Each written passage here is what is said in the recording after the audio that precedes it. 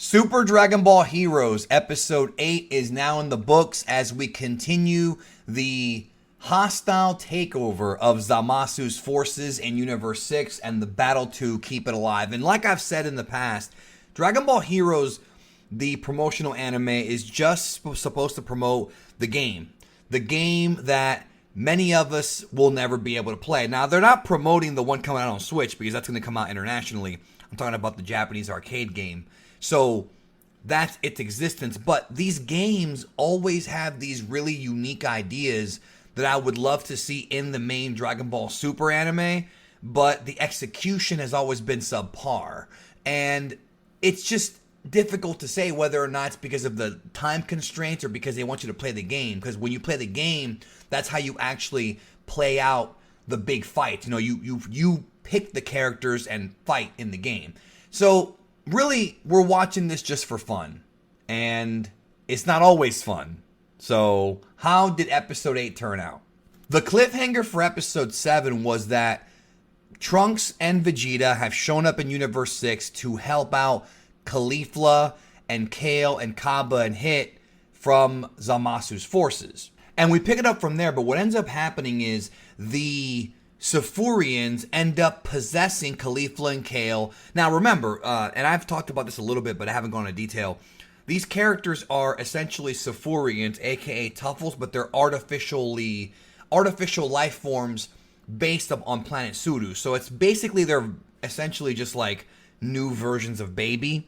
So when they possess Caulifla and Kale, they look like sort of like how Baby Vegeta looked in GT with the white hair. It's the same thing. So presumably when the game updates in Japan, or even if we get this mission in the Switch game, which I don't think we're gonna get, but we'll see.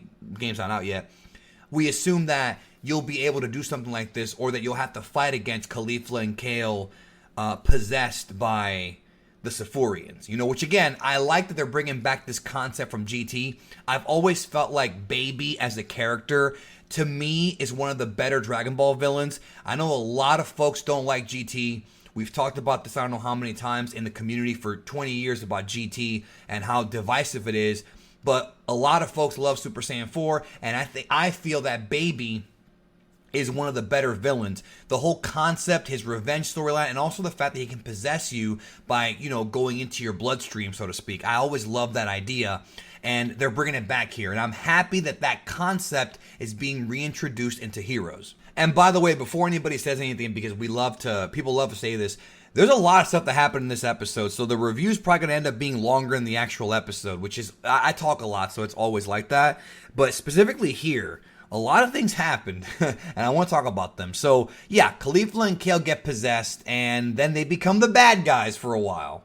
And even though the power scaling has been really unusual in Heroes, the boost that Caulifla and Kale get here makes them stronger, and Trunks and Hit are fighting them off. And while this is going on, Vegeta is powering up a Final Flash. And I'm glad to see the Final Flash again, and I love the way this was animated. You know, obviously, we can't compare this to the Broly animation, but for Heroes, I thought it looked great seeing Vegeta do that big Final Flash to try to take them out as Trunks and Hit are, you know, in the mix of things with the up-close combat. Now, as a wrestling fan, as a fan of MMA, because I love wrestling and MMA, I loved seeing Hit use the cross-face chicken wing, and Trunks used the full Nelson. That was really cool to see that.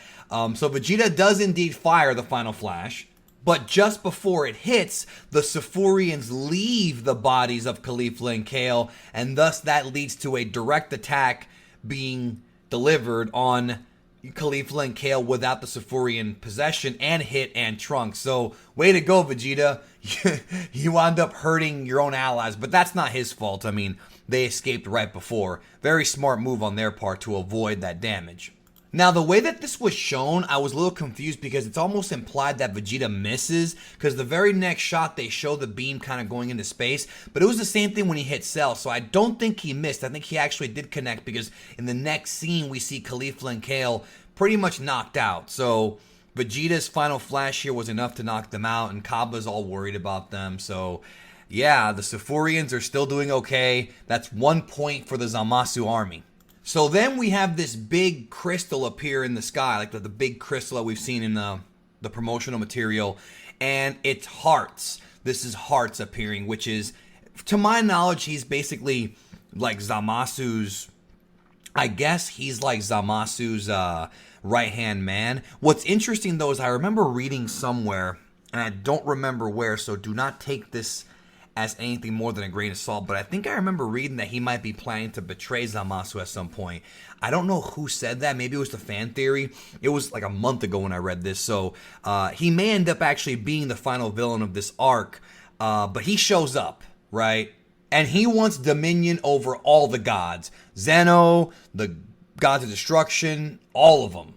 And he does this move where he kind of pins the heroes to the ground, like with gravity.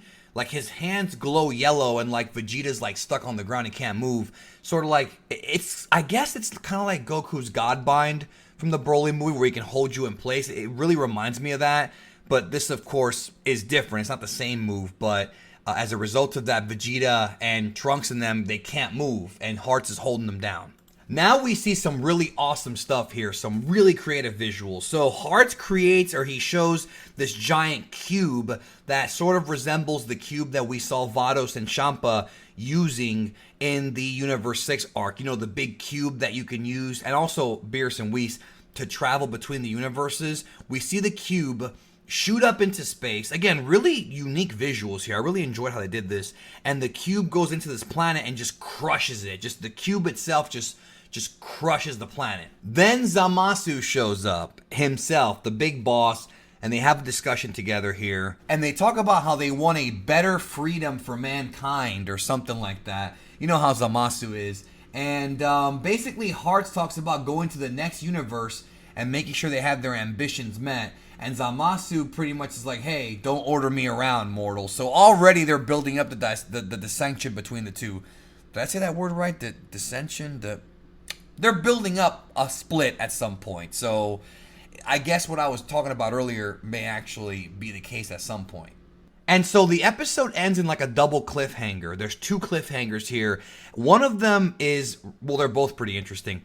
One shows Universe 11, CUMBER is there face to face with JIREN. So they are teasing a CUMBER and JIREN battle. JIREN, of course, being the strongest mortal of Universe 11 against CUMBER, who mollywopped 2 fusions. Let's not underestimate him. And what I thought was really interesting is they show Toppo knocked out cold. So it's implied that CUMBER already took out God of Destruction Toppo, who I just did a video on how strong he was last week. If you haven't watched that video, make sure you check it out because it's a very good look at the power of Toppo. But even he could not withstand CUMBER, and CUMBER's going face to face with JIREN. So that's the big teaser for next month. JIREN versus CUMBER, big pay-per-view main event style. And then the other cliffhanger, which we had kind of known about from the Dragon Ball Heroes manga. I was actually working on a video talking about this, but this episode kind of explains, or doesn't explain, but it kind of tells you what's going on. Goku, who disappeared after his fight with CUMBER. This was at the end of the last arc in episode, 6, I think, of the Heroes promo anime. After he vanished, and that's, of course, Dragon Ball Super's version of Goku. He is in the giant, like, squid-looking realm with the Grand Priest, and he's wearing the clothing of the Grand Priest. So it's implied that the Grand Priest, who is supposed to be one of the top 5 strongest characters in the entire multiverse, will be training Goku. That's what's implied, not stated, but implied. So that is your cliffhanger, is that while JIREN's about to take on CUMBER, Goku is training with the Grand Priest. This is the kind of stuff that we all, well, not all of us, but many of us thought Super would go in this direction, where eventually Goku will train with the Grand Priest, the father of Whis, and get really powerful. But we're seeing it here in Heroes. And I do wonder if doing this so soon is a good or a bad move, considering that, you know, Heroes is not part of the super continuity. It's its own thing.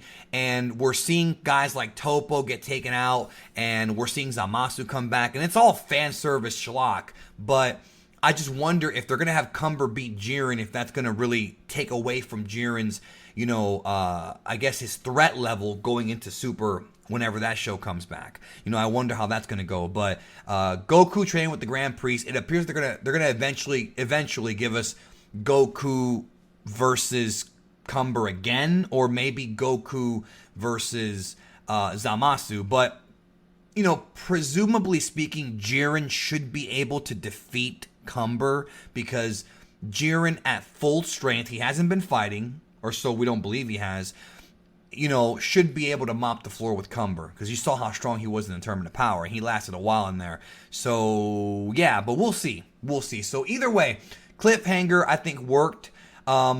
Heroes has been less than stellar. I think Dragon Ball Heroes is a huge disappointment.